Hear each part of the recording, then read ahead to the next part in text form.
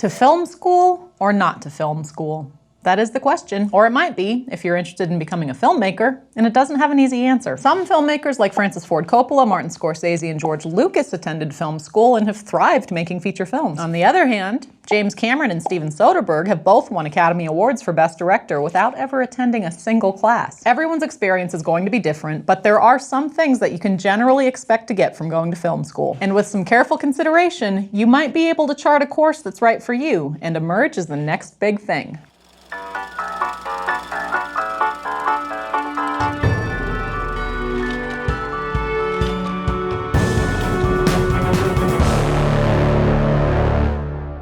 The world's first film school was founded in 1919. As with many early film schools, the focus at the Moscow Film School was on studying films that already existed, rather than actually making movies. The theories developed by the students and teachers in Moscow eventually gave birth to the Soviet montage film movement and movies like Battleship Potemkin and Man with a Movie Camera. In 1929, the University of Southern California's School of Cinema Arts was founded by early cinema big shots like Mary Pickford, Ernst Lubitsch, and D.W. Griffith. USC has maintained that close connection to Hollywood right up to the present day, counting George Lucas, Judd Apatow, and Star Wars Episode VIII director Rian Johnson among its alumni. And in 1965, two major film schools were founded in New York City, one at New York University's Tisch School of the Arts, and the other as a part of Columbia University's School of the Arts. Although younger than the Southern California schools, NYU and Columbia have caught up in terms of the success of their graduates. Spike Lee, Martin Scorsese, and Brokeback Mountain director Ang Lee all went to NYU, while Columbia boasts Hurt Locker director Kathryn Bigelow, James Mangold, who made 3:10 to Yuma and Logan, and Jennifer Lee, the writer and co-director of a little movie called Frozen. These days, there are film schools in almost every state in the US, as well as many other countries around the world. You can find them in big international cities like Paris, London, and Beijing, to smaller places like Austin, Texas, Mahwah, New Jersey, and Anchorage, Alaska. Some are well known, like the programs at CalArts, the American Film Institute, or AFI, or the University of California, Los Angeles, better known as UCLA. Others are hidden gems, like Emerson College in Boston or Denver's Colorado Film School. The point is, if you decide that film school is right for you, you have options no matter where you live. So, what will you learn if you go? Film schools can be undergraduate or graduate programs at universities, colleges, and community colleges. They might be freestanding degrees at those schools, or they might be housed in other departments, like English, fine arts, theater, media studies, or communications. Most film schools will teach you to both study and make films. Education isn't necessarily just about practicing a trade. It can also be about exposing yourself to other ways of thinking, writing, creating, or watching. In other words, it can be time for experimentation. Classes on film history, theory, and criticism will introduce you to films, filmmakers, film movements, and various ways to think critically about them, while courses on things like screenwriting, cinematography, directing, and editing will give you the skills and experience you'll need to produce your own films. These same subjects are taught in many film schools, but teaching methods can differ. Most schools follow either the conservatory or the liberal arts approach. Conservatory schools like the American Film Institute, the New York Film Academy, and to some extent NYU focus on educating world-class artists and technicians devoted to a single field within filmmaking. Very early on at a conservatory school, you'll choose a track with help from faculty and advisors, and you'll study that subject almost exclusively. You might decide to become an editor, or a cinematographer, a director, or a sound designer, and your classes and exercises will be geared toward the craft, art, and technology of that particular role. As a result, conservatory schools tend to turn out graduates who excel at their particular job and know it inside and out. If you're looking for a broader understanding of cinema and its place in the world, or you don't know which track you want to pursue yet, a liberal arts-based film school might be a better fit. In practice, liberal arts film schools offer students the chance to try a variety of filmmaking roles and gain a deeper understanding of the whole filmmaking process rather than just one specific part of it. And while students will still learn how to line up a shot or make a rough cut, they'll also be encouraged to think about cinema in its larger cultural, economic, historical, and political contexts. Of course, you'll also find film schools that split the difference between these two approaches, providing a broad liberal arts education for initial courses and pivoting to a more track-based curriculum for the later ones. So what does film school really get you? First and foremost, time. School gives you the time to focus on the craft of filmmaking in a structured environment, time to fail, learn from your mistakes, and try again, and time to experiment and find your artistic voice while you're given critical feedback from teachers and your fellow students. Depending on where you go, film school might also let you move closer to a filmmaking hub, be it New York or Los Angeles, or even Chicago, Atlanta, or Austin. Just being close to the action can be a powerful motivator for aspiring filmmakers. In terms of technology, many film schools give you the opportunity to get your hands on a lot of the equipment you'll find on sets, like jibs, dollies, cameras, or microphones, while an expert helps guide you. And you'll learn to collaborate.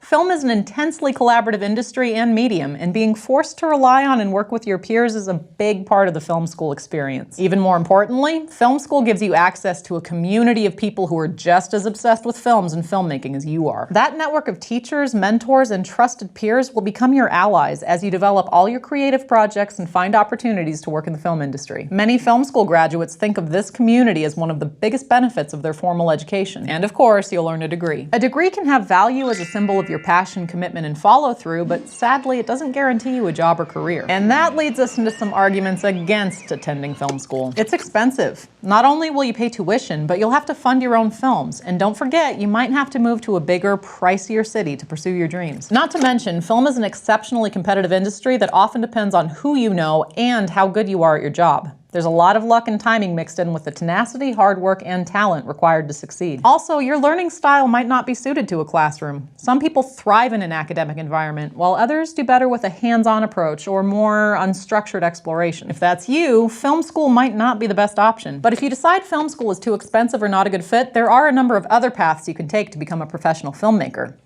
Many directors started out working as crew members on other people's films before making movies of their own. Alfred Hitchcock began as a title designer and worked his way up to directing classics like Psycho and Rear Window. Before dreaming up The Terminator, Aliens, Titanic, and Avatar, James Cameron got his start as a set painter for famous B-movie producer Roger Corman. Cameron reportedly mastered so many different skills that today, his crew members talk about upping their own game because he can probably do their job at least as well as they can. This kind of apprenticeship approach was even built into the structure of some international film industries until fairly recently. Up until at least the 1980s in England, for example, most directors were obligated to put their time in as an assistant director before they were even given the chance to make their own films. In the 1990s, though, A-list directors like Quentin Tarantino and Steven Soderbergh took an entirely different path. Instead of apprenticing for other filmmakers, they both studied hundreds, if not thousands, of films on their own, with a focus and intensity most film students couldn't muster. Their feature film debuts, Reservoir Dogs and Sex, Lies, and Videotape, both display an incredible grasp of storytelling, film grammar, and tone at a level remarkable for self-taught directors. Paul Thomas Anderson, acclaimed director of Boogie Nights and There Will Be Blood, split the difference. He was an intense student of film long before he got to film school, and then he dropped out after the first day. The proliferation of things like Blu-ray special features and online tutorials make this kind of DIY approach more possible than ever before. Lessons from the Screenplay on YouTube and the website and podcast Script Notes are great resources for screenwriters, while sites like cinematography.com can teach you tips and tricks about cameras, lighting, and special effects. In fact, the falling cost of film equipment and the ability to distribute your work on the internet has done more to change the film school equation in the last decade than anything else. You can build online communities and peer groups of like-minded filmmakers from around the world, which might make film school less necessary for you. And it's not like Warner Brothers is going to turn you down for a directing job because they find out you don't have a degree. Think about it this way. If you want to become a doctor, you need to go to medical school, right? If you can afford it and your grades are good enough, you'll graduate and boom, you're a doctor.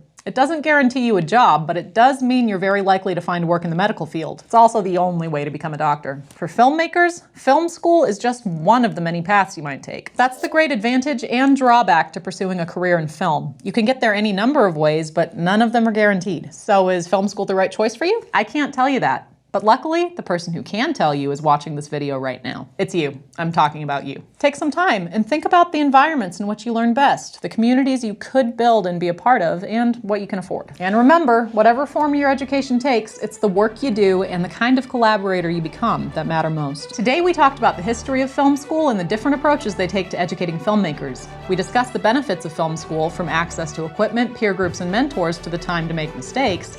And we looked at other options, from apprenticeships to self-education and building your own community of collaborators online. Next time, we'll focus our attention on the history and exciting current state of television production. Crash Course Film Production is produced in association with PBS Digital Studios. You can head over to their channel to check out a playlist of their latest shows, like Space Time, It's Okay to Be Smart, and Physics Girl. This episode of Crash Course was filmed in the Dr. Cheryl C. Kinney Crash Course studio with the help of these nice people. And our amazing graphics team is Thought Cafe.